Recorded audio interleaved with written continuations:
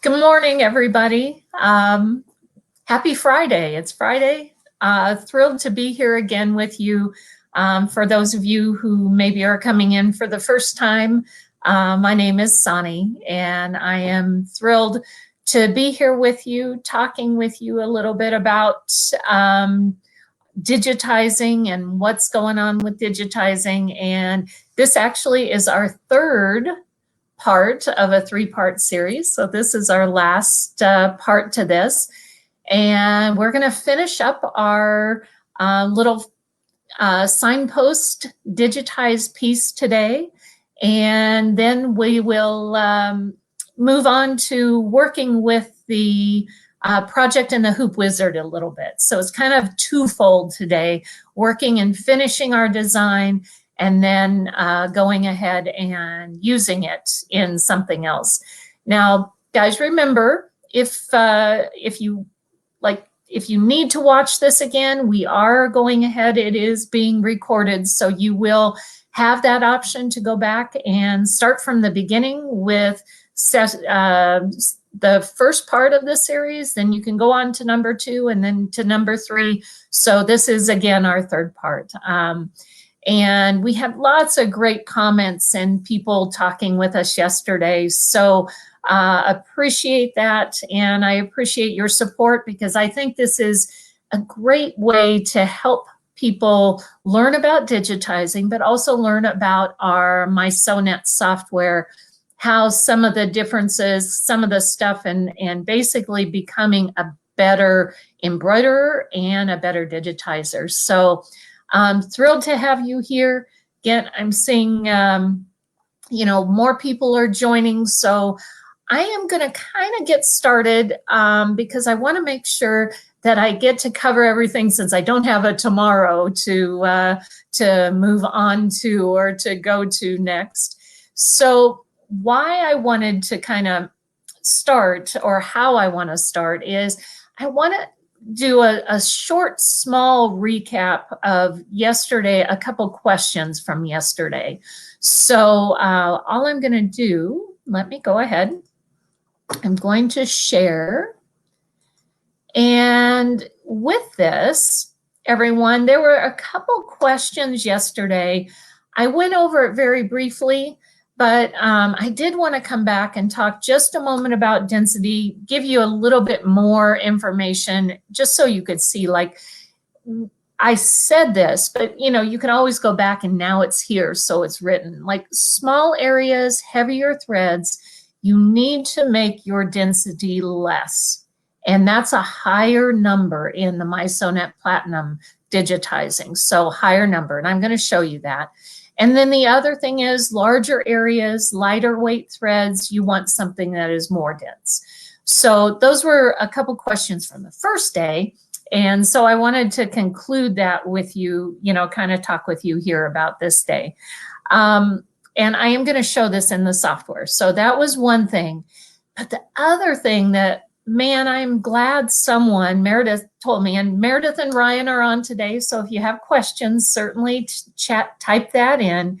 And so what I wanted to do is, like, in the with the satin column and fill areas, someone commented on that, and it was the correct comment, but what I wanted to do was to show you this here, guys, is a satin column. And what I want you to do is see how my fill pattern is following along with the curve, or excuse me, my actually pattern itself follows the curve. But in a fill area, notice how it's straight. So that is the big difference between using a satin column with a pattern and then a fill area with a pattern. So that was, again, one of those questions from yesterday. Now, I still actually have this. Let me go ahead, get into my digitizing area here. Here we go. This is what I was looking for. And I'm just going to zoom in on these little pieces here. And so I know you can see that very well. When I click on this fill area, I just want you to see that the density here, this is the default density. It is set at 2, so it's a little bit lower number. That would be for your finer threads, larger areas. That's what that density is going to be. And then that same fill area, look at what I did. I took the density all the way to 6. And when your density is set up at 6, fewer stitches, you can see how there are gaps in there. So depending upon your thread, that's where you're going to take your density to a higher number. Same thing with the satin versus a satin. You just have to play around, guys. You get used to it, right? So you get used to what's a good setting for different things. But again, that was one of the questions from yesterday, and actually from Wednesday as well. The other thing I want to share with you is about these, let me scoot over a little bit here. And now hopefully you can really see, check out this, the way, this is a curved column satin. So this is a curved satin. And notice how the pattern follows along the satin stitch. Same pattern down here. See how the fill is just basically set in a line. And I thought it was fun to show the arrows because you can really see what's going on with that. But here is the other piece to the puzzle. With a fill, I didn't get really a lot of chance to share this with you. I did a little bit, but this will really show it. This little handle on your fill, when you drag it, so you can change the angle that your pattern is. But in a fill area, it will never, ever follow the curve like this. It will always be straight. It might be at a different angle, but straight. So I hope that helps a little bit, makes more sense why you may choose to do a satin column with a pattern versus using a fill with a pattern. So I want to just share that with you. And the other thing, I'm just going to get a new window real quick because there was a question, and some of you may run into this. So I'll just do this very kind of quickly for us. Is I'm going to, what I just opened, so I'm going to move this over, and I just opened a new window as far as in our digitizing goes. And when you, so I hope you can see this. I've got like 2 screens going on right now. So let's go ahead and do this. We're going to load that background that Thomas put in for you. So we're going to load that background. And this was a question about sizing the background to help you digitize in a proper way. So what I'm going to do is I am going to load a picture. And the picture I am going to load, here was that ECQ file that's made within our software. This one right here is actually the JPEG that you all have an opportunity to download. So here's that file, and I'm going to click OK. Comes in here. When I click next, everybody, when I click next, we're going to crop. It's going to go ahead and crop, that sort of thing. I'm going to click next again. Here's where, if you know that your design, what happens with this type of image, with a JPEG image, it's going to fill up whatever hoop you have chosen. The ECQ file, because it was created in the software, it's a little bit more forgiving, whereas the JPEG, but I can't, Facebook won't allow me to post that ECQ file. So that's why we posted the JPEG file. So if you want to make sure that your background image is 100 millimeters, what we want to do is we want to change our hoop size. This is probably the easiest way, is to change to that 100 by 100 hoop. And I'm going to click OK. And then when I click finish, now it's going to take me just a minute. When I click finish, it's going to hop over to my other screen, but I'm going to move that screen over here so you can see it now. All right, and so now, guys, this 100 by 100 hoop here, now the design size is that 100 millimeters. So I just went ahead, when I did that, I just went into my hoop area and I picked, pardon me, under the universal hoop, just the 100 by 100 hoop. Okay, so that was the 100 by 100 hoop.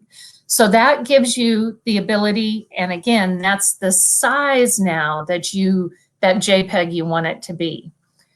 There was also a question about how do you make an ECQ file.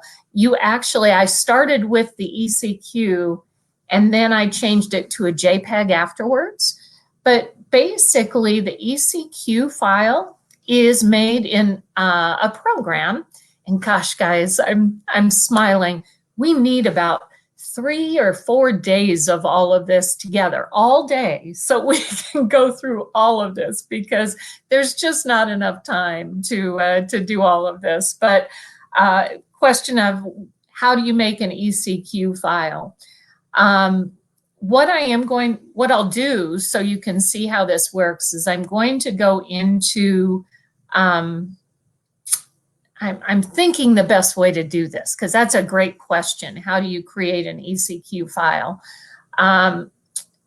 Probably the best way is to start in what is called Draw and Paint. But what I'm going to do is I'm going to come into View, go into Edit Background. So I'm going to edit a background. And notice up here at the top, it says Opening Draw and Paint. And then here is the Draw and Paint program, everyone. So here's the Draw and Paint program. What I want to do for us is I'm going to get us a new window. I'm opening lots of windows here just to try to explain. I get that it might be a little confusing, but this program that I'm in, this is a brand new program that is in our mySewnet software. Okay, and it is in the Platinum mySewnet software, and it is called Draw and Paint. So the question of how do you make it an ECQ file, what I want to share is, I wasn't so brilliant as far as delete that, coming up with this all on my own. Here I went ahead and I used like some of these arrows, like this arrow right here, number 89, and I insert that. That should be recognizable to you. You can see that that's kind of my design. When I save this now, so if I save this, I save it as an ECQ file. So you're starting in this Draw and Paint software. That's where you start to get the ECQs, guys. So it's what you start with, all right? So I hope I didn't confuse you too much. I know that was a lot of information, but the ECQ file is, like I said, it is proprietary. The JPEG image that we have, that we gave you, put it in the hoop size that's the right hoop size for you. So I hope, guys, that makes a little sense. Meredith and Ryan, people kind of understand what I was trying to do there, I hope? I'll look, quick comments. Yep. And I see a couple people, 3 or 4 days. Well, we might have a little time for that. But anyway, so we'll see what we can do to get you guys more information and mess around a little bit more. So anyway, I'm going to close this. So once if you do open that 100 by 100 hoop size, you can then go in and change your hoop size afterwards. So you certainly can. One of the beautiful things, so I'm going to jump back in. This is where we ended yesterday, everyone. So this is where we ended yesterday. And I really wanted to share with you after we got done. I was talking with Ryan and Meredith and Thomas, and I'm like, oh gosh, we really you know, I wish we would have had time to do this or to do that. Well, beauty is I do want to share with you the next step before we go into embroidery and start working with that project in the Hoop Wizard, okay? So the first thing, after I had my design, what I didn't get a chance to do with you yesterday is use that design player. Now remember on day one, okay? So remember on day one, I talked about using design player to look at designs, see how they're stitched. Same thing happens when you use your own designs or when you make your own designs. So I'm going to go up, use that design player. I think we found out that it's called Preview in Mac. I know that we have one of our faithful people helping us. Karen is out helping me with the Mac information a little bit as well. So Karen, I appreciate that. What I want to share with you with this here is let's take a look at how the design that we created, that I created yesterday. Okay, so let's take a look and see how this is going to stitch out. All right, so I'm going to click play. And then I'm going to speed it up a little bit. And what I want you to notice is as this design is stitching, if you are familiar with the word or the term, or you've been doing quite a lot of digitizing and you know about the term underlay, notice that there is actually no underlay in my post. I did not add underlay, and I'll talk about that. This here, you're seeing how the applique is stitching out. It has a placement line, then it has a stitch down line. And once it is stitched, then it goes ahead, and I'm going to pause really fast. Then it went ahead and did that outline that we created. But now, see on my little sign, this was a fill area, right? So this was a fill, not an applique. This base, this little base layer right here, that is truly what is called underlay. And what that does is it holds your fabric nice and flat, so the stitching on top will not pucker your fabric. Okay, it's really, I talk about, you know, if you think about your embroidery design as a building, the underlay is the foundation. And you can see that automatically the foundation was placed in that fill, but not in the satin.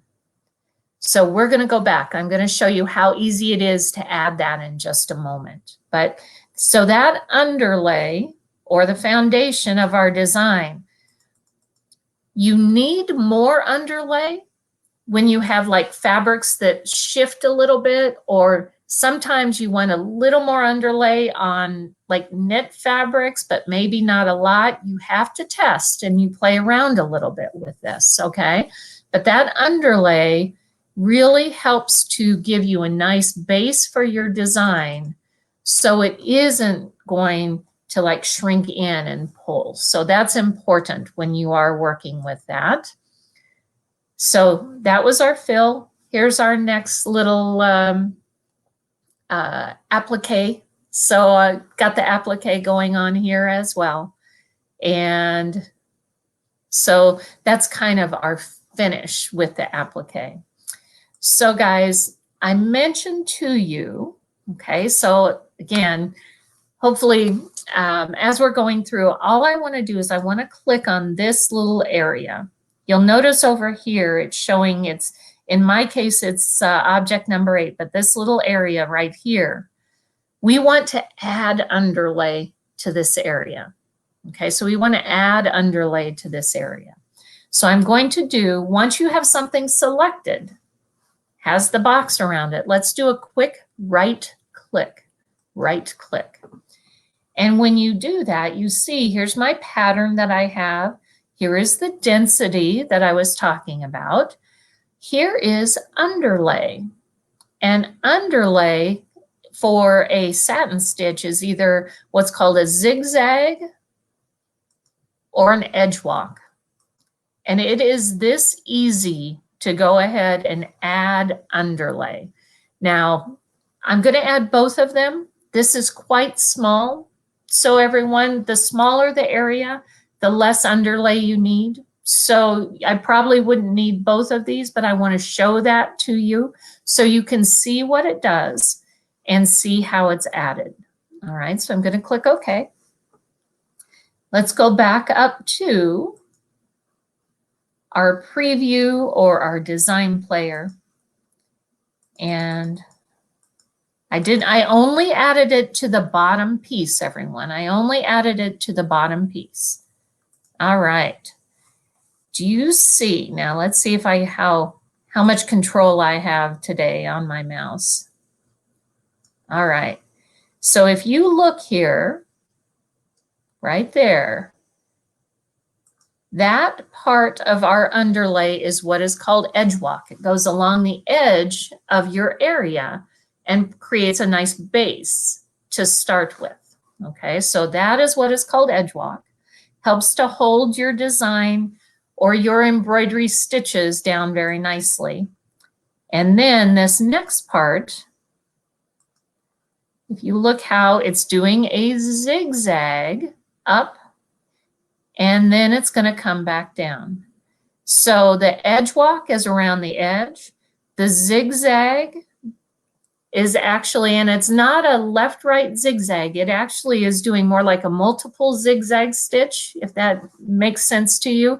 And it is going to hold down and give you a good base.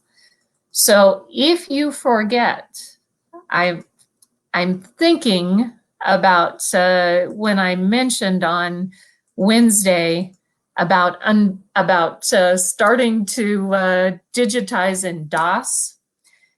Man, guys, we would have had to not start over, but we would have had to go back in and put that in all by ourselves. Whereas that little right click, do I want edge walk? Do I want zigzag? When you're working with larger satin stitches, everyone, you need them both. But when you're working with smaller satin stitches, usually edge walk is okay. Yesterday, someone asked about the sizing, you know, what size do you go from like a satin stitch to a fill pattern area? I said satin stitch about, 7 to 9 millimeters. At that size, you may want both. Edge walk and the zigzag, or edge walk and the zigzag. So it really is kind of, again, you've got to play around and practice a little bit. So, but I didn't want to forget, because that underlay being a great base, that really is something that you want to make sure you have, that it's going to make your designs as you're working with them very, very, very nice. All right. So how do we do, everybody? I mean, does that make sense? And hopefully that helped a little bit with the background. I just want you to play a little bit with that background, making it smaller. The beauty of making your own designs like this, the beauty of making your own designs. Let me share with you. I want to zoom to fit. Here I have this design. It is, if you look over on the right-hand side, it may be hard for you to see, but it's 100 millimeters in size. So it's basically it's 4 inches in the height of this design. Let's say I want this design to be 6 inches. So basically 150 millimeters. I want it to be 6 inches. When you create your own designs, like I said, the beauty of this is I can do what's called a box select. And I just, I want to make sure that I do this correct. I said box select. I am on the home tab for those of you who are working there. We actually, what we want to do is we want to select all visible. So I'm going to select everything that's visible on the screen. And guys, once I have this, you have the ability to make this as big or as small as you like. So notice how I just made this larger, and on the right-hand side, I'm close to right around 150. This is my background image back here. So I can actually go ahead and go into view and hide my background so it doesn't confuse me. The same thing that I just digitized for a small 4-inch piece, I now have made by just selecting. So I selected everything that was visible on the screen. I wanted everything. And I just made it larger. And the software put in the proper number of stitches. It changed, anything that needed to be changed as far as, notice it has a little bit more texture to it here. We have more stitches around the outside edge. So that is actually very cool in that when you are working with your designs, once you have that digitized design, so once you have your original digitized design, you can make it larger or smaller. It's really very easy. And I'm seeing, Meredith, I am seeing the question about where I got the underlay settings. I'm going to show that here. So hold on, I'm not ignoring. What I do want to share with you though, once you have this, everyone, someone asked me this yesterday, but it is super important that you do save this. You want to save as what is called this EDO file, and it's editable digitized object, I think is what it is actually meant to stand for. It really doesn't matter. What this is this is your instructions for the software on how to make your fence posts. Okay, so that is very important. So definitely, as you're going through, save frequently. Like I said, I when I'm doing this, not in a class like this, I do tend to save after like every piece that I make. Okay. Now, the question again did come up about where did I find underlay settings and where do I get those things? I am going to just click on whatever object, whatever you want to add underlay to. So let's say I want to add underlay to the very tip top part of our post. Then do a right click. And it is in the properties box for that satin column. So it's right here under underlay. And you can choose your zigzag and or edge walk. You don't need to have both. You can have either one. This is also where you change density if you choose, or the pattern. So anytime you want to make adjustments to an area that you've placed. So let's go back to one of our signs. So I want to make changes to this area.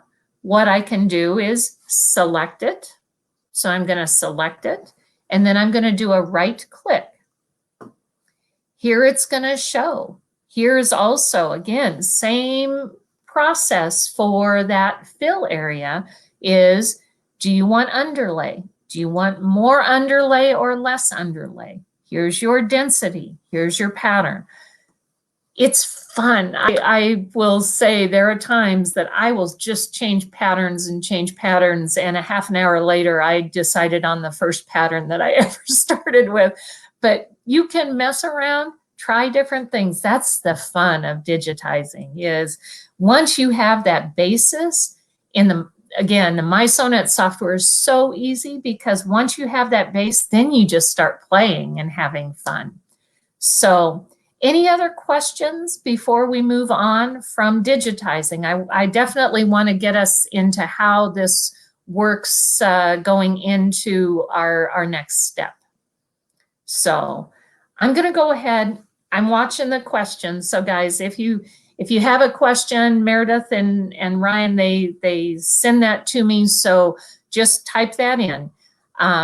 Once we are done here, everyone, once we're done here, we are going to go into basically, this is the design that I created yesterday with my,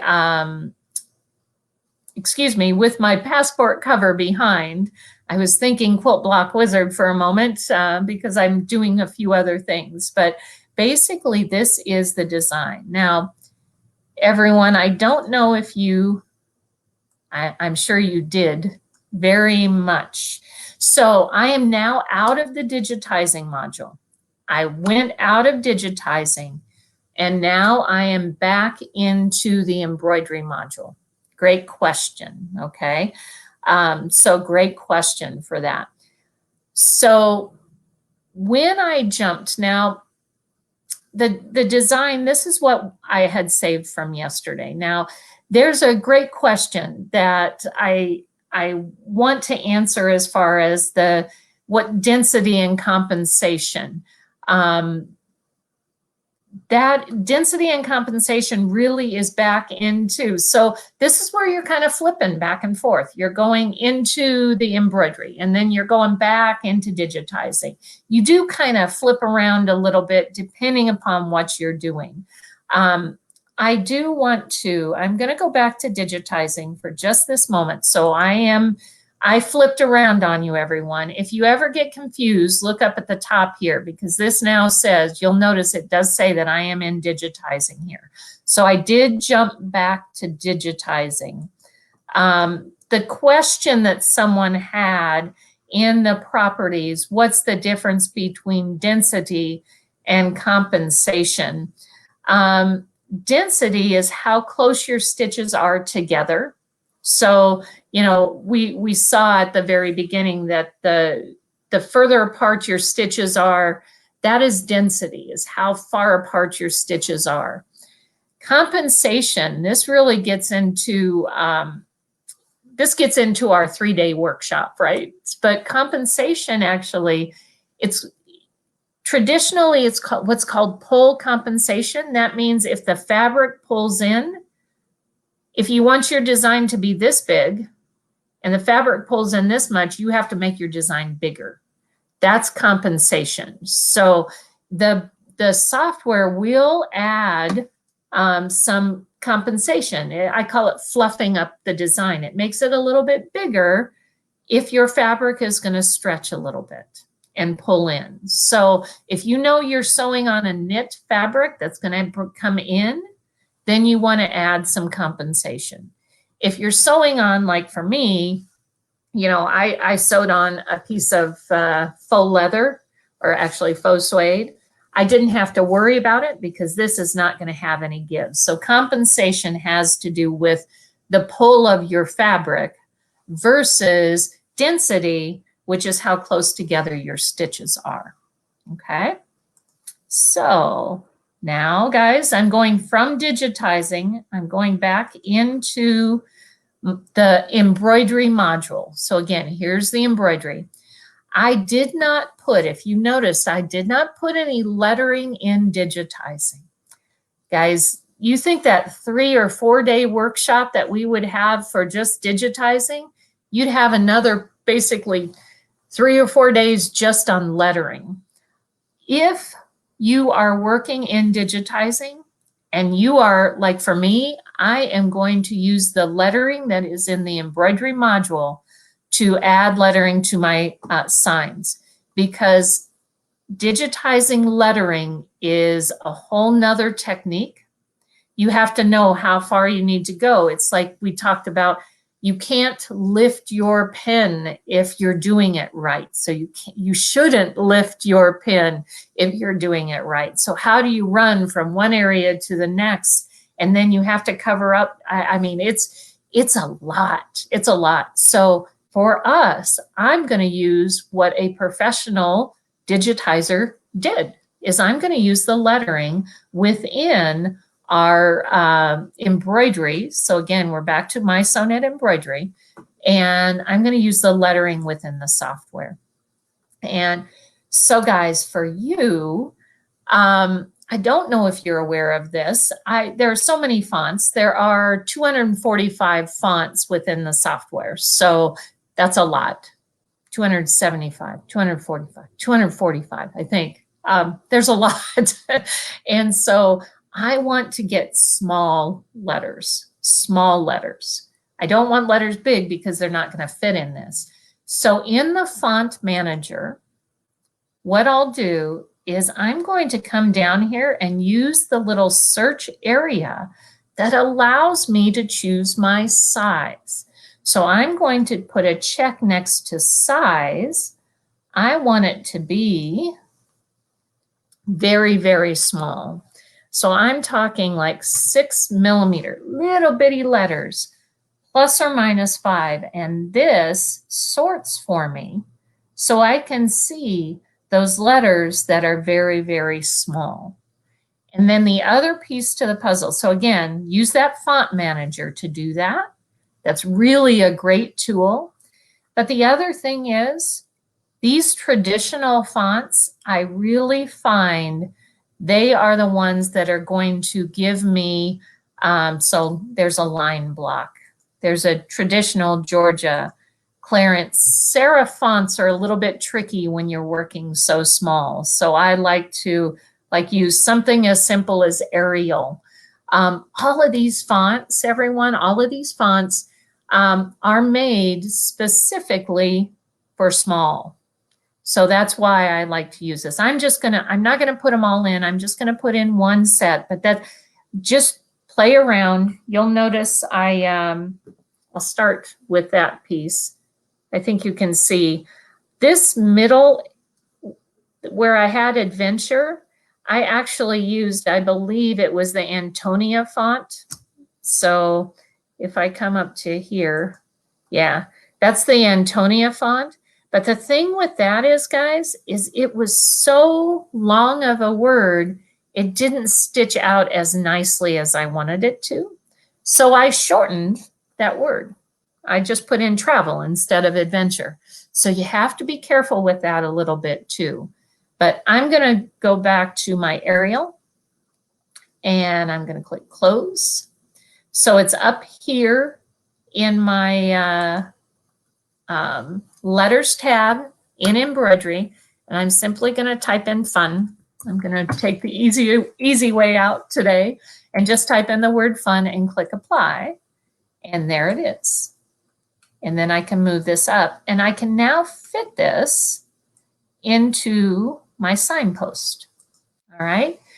You will notice. So I'm going to click remember, or I'm going to choose fun. Let's put it that way. Remember, everyone, I mentioned this when we were in digitizing, right? The density, as well as we talked compensation, but really about the density. What I want you to notice is, just like in digitizing, if I want to look and make changes, have your design, your letters, whatever it is, highlighted, do a right click, and then we can go in and look and see that this is a satin column. So we talked about satin columns, right? So we're going to do satin column, and look here.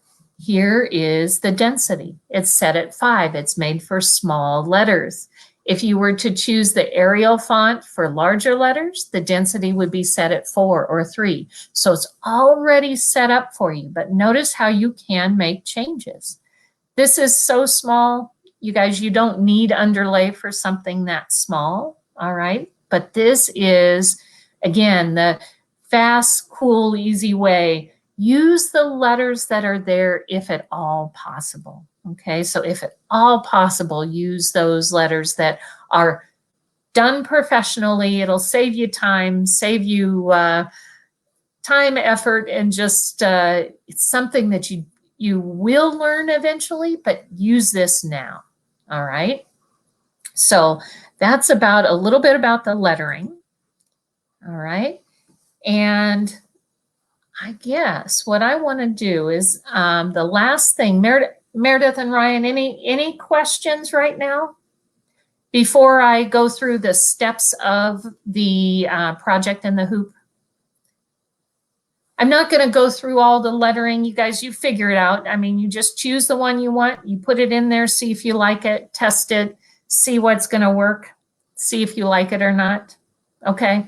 All right, great.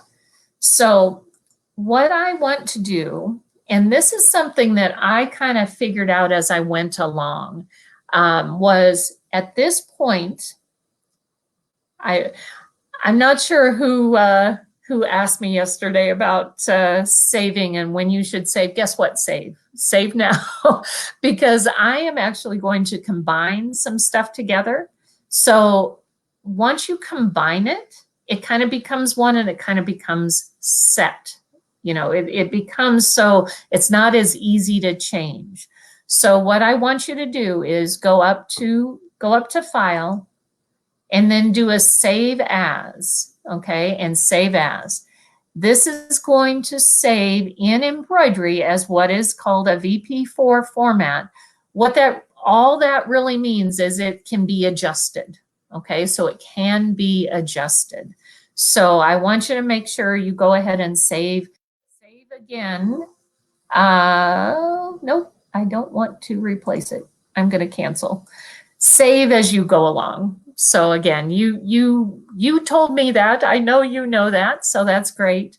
What I am going to do though is I am going to select my post, my signpost, and the word fun. So I'm going to get both of those.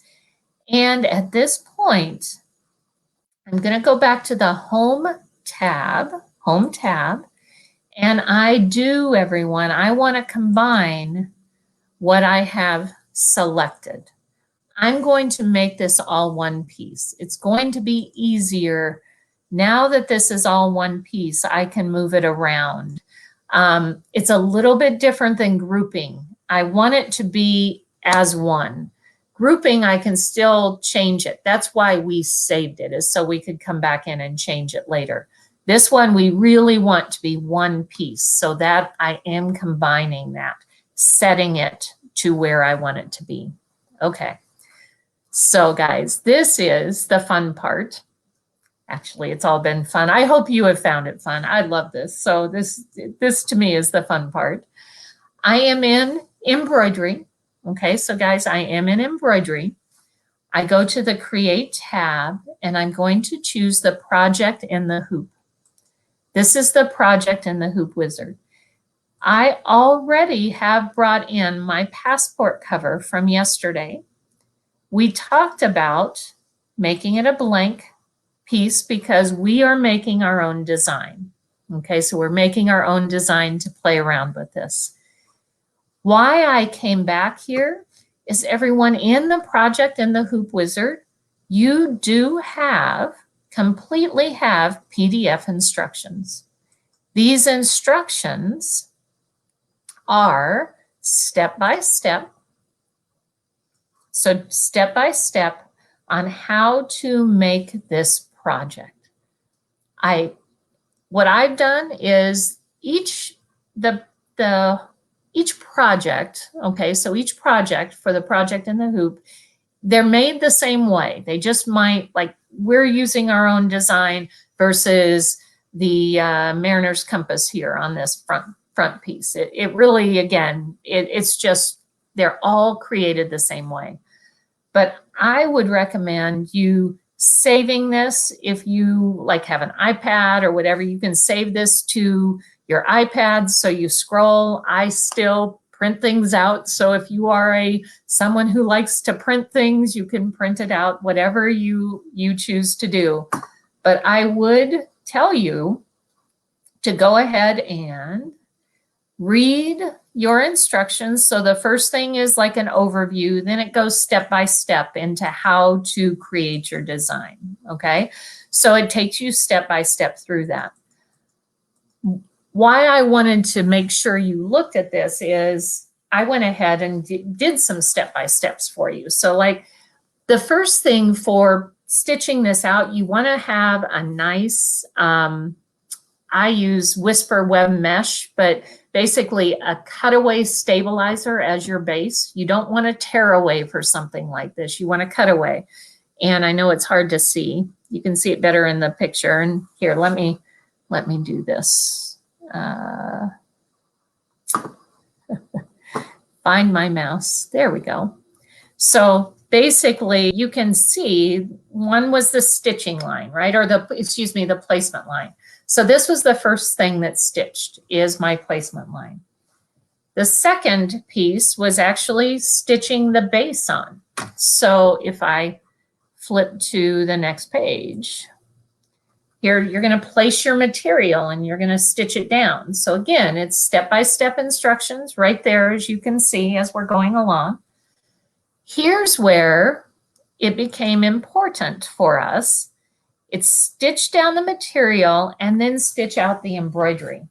So this is what I wanted to share. Step 3, I wrote it down here actually, but that step 3 is actually doing your design. So step 3 is doing the design. So that is your next step, just as it's showing here. And then if I go one more page, this is where I think when I was doing my first one of these, I was like, I'm not quite sure. So this is where you've got your design. Step 4 is you're going to put your either your lining, if you want to call it lining, or the inside piece. Then you're going to put that down on the back of the hoop, right? So there you're going to put that down. I just use blue tape. You can use pins. Some people have pink tape, whatever it is, but that is your next step there. And finally, now what I'm going to come back up here so I can explain. That was this step. It's just going to stitch down 2 little lines.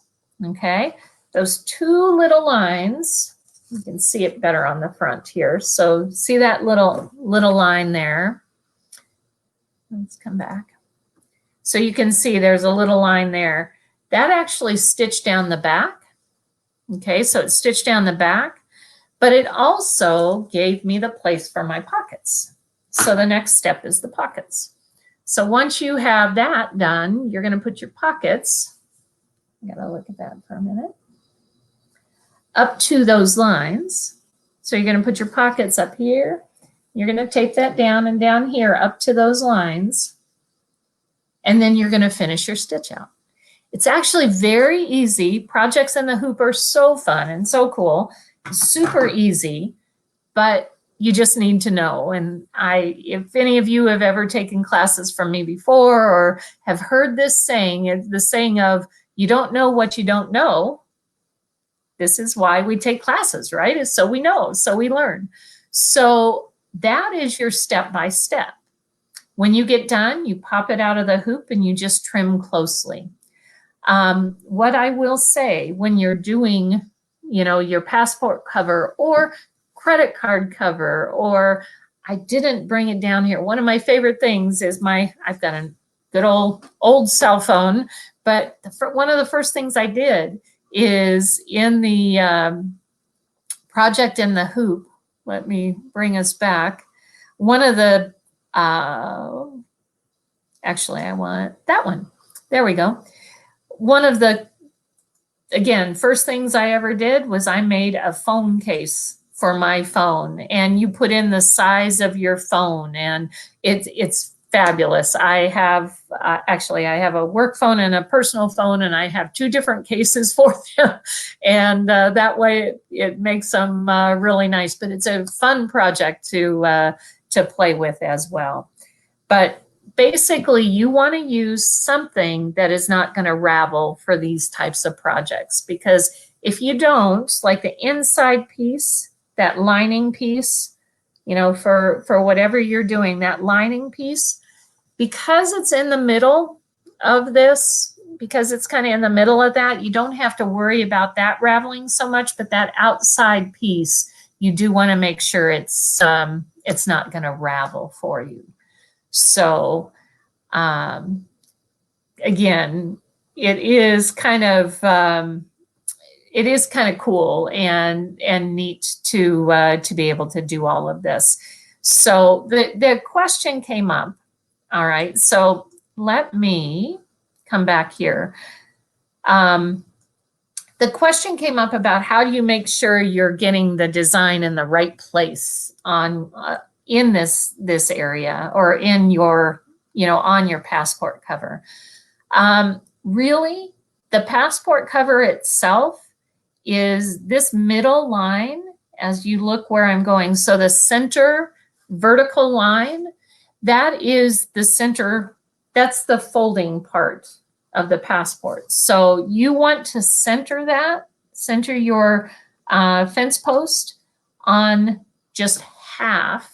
Okay, so you want to center that on half. And then if you are going to type in, let me type in passport.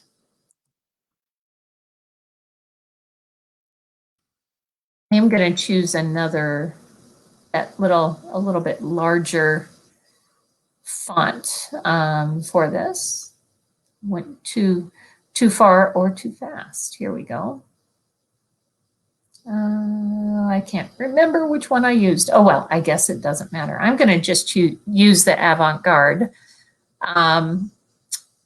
Apply this. It's little bitty, but basically I can make this a little bit bigger. So there's that. I want to center that as well in that top portion, right? So you're centering in the half. Okay, so you're centering in the half. And so that was lining that up. I'm sorry, I misread the question from Meredith, and she wrote it just perfectly. So again, the question, the bigger question is, how do I know? How do I get it to stitch out at the right time? So, that is something that I think is also, again, it's key. And I need to tell you that, and I apologize. Let us bring these two pieces. So the word, actually, passport, and my design, I've got it set up where I want it to be. I selected both of those over on the film strip. I use my control key on the film strip. And I'm going to combine selected. Okay, so now I have everything that I'm going to do. I have that in the right spot. I've got it right there. I know where I want it to be, but I want it to stitch out at a certain timing as I go through. That's where, again, this film strip is fabulous. New to the mySewnet software. This piece is a group of several different parts of the design. So again, it's going to stitch out, as I showed you, it's going to stitch out the placement line, then it's going to sew down the fabric, then you want to do your design, then finish everything else out. In the film strip, what I can do is I can actually ungroup this design. So right now, orange handles means that this is either selected or a group. So when you see orange, you know that there's a bunch of stuff together. What I'm going to do is I'm going to click ungroup. Now I see, everyone, now I see the different pieces. So this is what you were really asking for. I apologize for, well, we had to do both, right? We had to figure out how to set it up, but now how do we get it to stitch at the right time? So the first line, that is truly, this is our placement line. This guy is our hold the fabric down line. And we want our design to stitch after this one. So all I'm going to do, you can either use your arrows down here and move my design to stitch out earlier. So see how I actually click twice. Now it's in the proper order.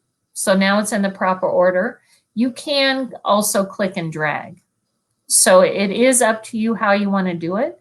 But that's why I wanted to combine everything together, is to make it easy to move it up and down. Thank you for that question. That's a really great question. And so you have to ungroup the passport cover and then move your combined design up. All right. And someone asked also about how vinyl would work for this. I think it would work just fine. So I haven't tried vinyl. I have to be honest with you. The only trick I ever find with vinyl is sometimes just because it is not it's sticky. It's a little sticky. You have to be a little bit careful with that. So I would I would test it. I would try some embroidery, see how it's going. It should work just fine, I would think, but just test that. Also with the vinyl, your density, you may take it a little bit less, just because vinyl, the faux suedes and faux leathers, they're a little more forgiving because they are man-made. So if you are the vinyl, because of the stickiness, I just might try changing the density a little bit less dense for that, a little bit less dense for that. But great question. It would be a great vinyl would be a great product to use because it would hold up very well. So that's why, again, I like the suedes, that sort of stuff. The felt was easy to test and play around with, but when I have it in my purse, I know I've got another little felt piece. It gets a little fuzzy. So I like those faux suedes and faux leathers, that sort of stuff. So any other questions for me? I hope as we were going through, I hope you guys learned a little bit, had some wonderful comments, and thank you for hanging with me. I know a few of us had to fall off, but I hope that you can come back and rewatch if you need to rewatch anything. And again, kind of, if you do have any other questions, please certainly, send us a message. We are happy to answer those questions, that sort of thing. And I see, go under underlay again. I can certainly do that. And background art. So a couple good questions here. So how do I get rid of the background art, and also about the underlay properties? So everyone, we are going to, both of those are in the digitizing. Okay, so I'm going to jump back to my digitizing area, or my digitizing module. Okay, so now I'm back in digitizing. And again, working on underlay properties. When we talk about that, if I zoom in here, this, when I click on the object, when I click on whatever, again, the two options were zigzag and edge walk. So zigzag and edge walk. And anytime you want to, and again, in a fill area, your underlay is low, medium, or high, basically none, low, medium, high. So anytime you want to get the underlay options, you actually go ahead and click on whatever you want, do a right click, and then go back in and see where it is in the properties, but it'll say underlay there. And then I'll come back up here and let's play this. And I probably can do this a little bit easier okay, maybe not. So if I come here, this outer area for a satin stitch, that is what is called edge walk. It goes along the edge of the stitch. And then the zigzag truly is whatever's underneath, right? So that's whatever, that's this, it's like, again, a multiple zigzag stitch underneath going back and forth. So that is your underlay properties for satin stitching. And if I try and go through this quickly, let's see if I can. This is your underlay for your fill area. And notice with underlay for fills, okay, underlay for fills, it's always perpendicular. It's always perpendicular. So notice the underlay goes like this and the fill pattern goes like that. So your underlay should always be perpendicular in a fill area. So that's what that is showing you. So hopefully that helps. And then the question about how I got rid of my background image. The background image is in the view area. And it is this little slider. So let me do this real quick. I'm going to scoot this, just my actual design. I just moved it over just a little bit. What can happen is if I move or adjust, if I have that background image, see how it's as high as it'll go, so that's the background is all in there. There it is a little bit less. So when you're digitizing, if your background is too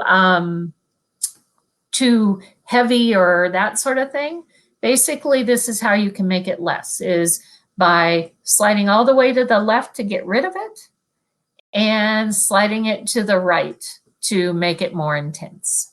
All right. Okay, everybody. I hope, again, I know I've said this a couple times, but I really do hope you enjoyed your time. It is our time, so we need to let you all go. If you have questions, certainly ask the questions. You can always put it in the message in Facebook, in the mySewnet Facebook. And if you have questions about the software, certainly talk with your local SBP dealer. You can certainly, chat with us if you have questions. But thank you so much for coming on this little journey with me. And I appreciate your time. And again, any other questions, just keep on going. Have a great Friday, everyone. Have fun digitizing. And we will talk soon. Take care, everyone.